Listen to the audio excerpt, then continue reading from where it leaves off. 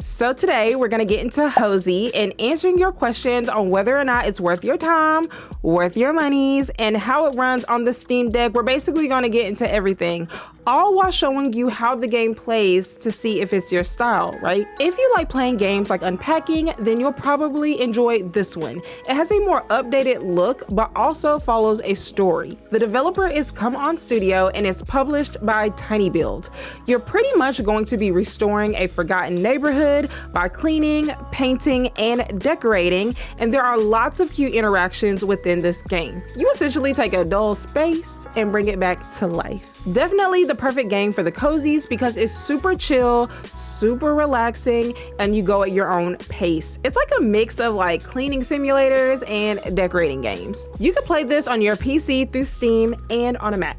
So let's get into the introductions. The game starts with a cute little message letting you know that this game was created with care and passion by a small team. Do not rush this game. Take your time, and I have something to say about that later, so stick with me. Then we move to the startup screen, which is really adorable, simple. The UI looks pretty good, but what stood out to me was the bubbly pop sound effect. I really like that. I decided to go ahead and show you guys what the settings look like. In general settings, you can change the movement, rotation, and zoom speed, as well as the autocomplete walls, floors, and windows. This is pretty much for when you're painting, for example. You don't have to get every single little speck. As long as you pretty much got it, you're good.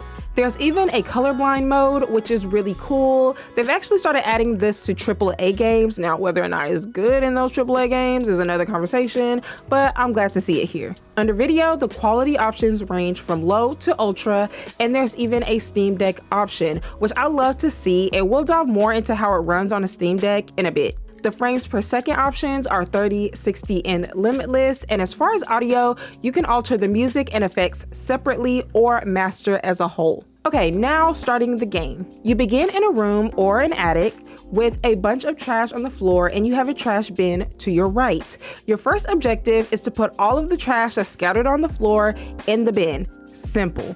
It's so satisfying doing this, but unfortunately I learned later that you can actually hold it and hover over all the trash and it'll pick up as much as it can, and then you can take it to the bin, which is way easier than what I was doing. As you're doing this, you'll hear gentle music playing, the crackling from the fireplace, and random noises coming from outside like birds, dogs, and people.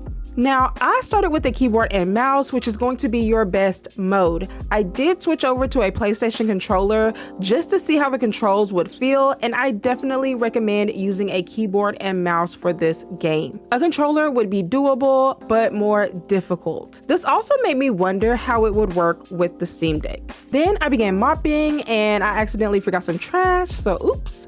But I love how fluid the mopping is. To be honest, everything in this game feels very seamless and satisfying. I love the little checklist on the side with the cute little heart. Once you complete a task, it'll instantly check it off the list. This is perfect for those who like having clear instructions without it being intrusive, you know? Then we went on to cleaning the windows, and I love how the light starts shining through as you clean the dirt off. That was really nice. Now, what I really liked when it came to painting the walls was painting over the control guide, because by this point you'll know what to do, what controls do what, and I like that painting over it made it a part of the game. I really like that. As you're painting, you'll run out of paint, and so you will have to constantly put more paint on your roller, making it feel more realistic. You can also do this cute little spin. After this, we move to the next part, which is adding furniture and decorating. But before that, I do want to talk about how it plays on the Steam Deck. The first thing I did was change the quality to the Steam Deck option and start it from the beginning. As you probably guessed, the controls were very awkward at first. You move around with the trackpad, but you have to pick up the trash and put it in the bin with the right trigger. I did change the control layout so that I can pick up the trash by pressing down on the trackpad, and that made it a lot better. As I was playing, there was a lot of ghosting. Now, that's not a deal breaker per se, but just something to take note of. As far as quality as a whole, I didn't think it was too bad at all. I would continue playing it this way. However, I definitely recommend using a keyboard and mouse with your Steam Deck to play this game. Usually with diorama games, it's best to use a keyboard and mouse anyway, so yeah. All right, on to the second part of this game, decorating. Your next objective is to unpack the furniture. You'll be able to place them wherever you want and rotate them in any direction. Now, I have a question for you.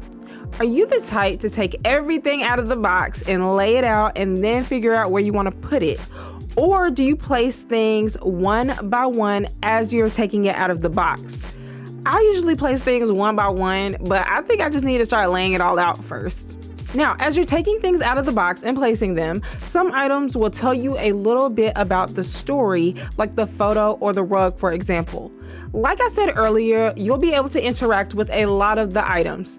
If there's an item that you have no idea what to do with or you don't want to use it, you can drag it out of the frame and it will be placed in its own little bin. So that way you don't have to use it, but if you decide you want to, you can always retrieve it. Usually in games like these, a big turnoff for me is having to use every single item in order to continue the game, because sometimes the items just don't work or they don't fit, and so I do really like this feature. The quality and texture on the objects look pretty good. It's not super in depth, but looks good when you zoom in. You can even see the heat waves coming from the fireplace, and when you pick up the beanbag, it looks like you're like really holding it up because of the weight, so that was cool. Once you're finished, you can take photos, and there are different filter options as well. I love how the focus is on the camera, which shows some really nice depth of field. This is really nice for when you're trying to get like a bunch of cute pictures to post, so. Once you're done, you'll move to the next location, which is taking care of the artist workshop, and you'll continue on from there. All right, let's talk price.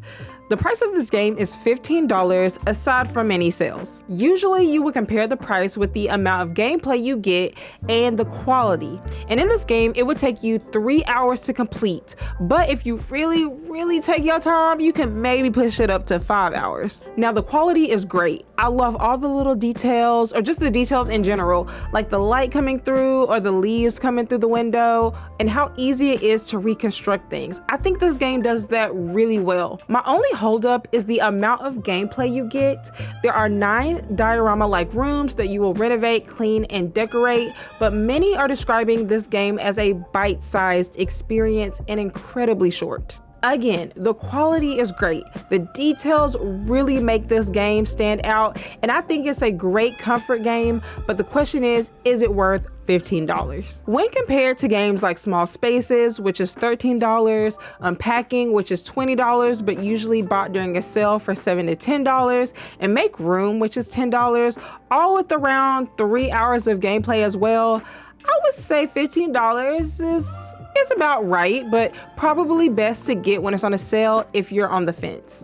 As far as replayability, if you could see yourself coming back later and restarting a space and decorating it differently, then sure. But I think for most, you'll probably play it through once and just enjoy your time. Overall, I think it's a super adorable game with a lot of personality. I love how this game handles renovation and decorating and all of the little details and surprises as you play. I really like that. Everything in this game has a really great sound effect that matches really well. I think it's a great game to add to your collection if you like diorama style games, taking cute photos of your creations and posting them in a very laid back, peaceful experience. It is a short playthrough, but everything it does really well.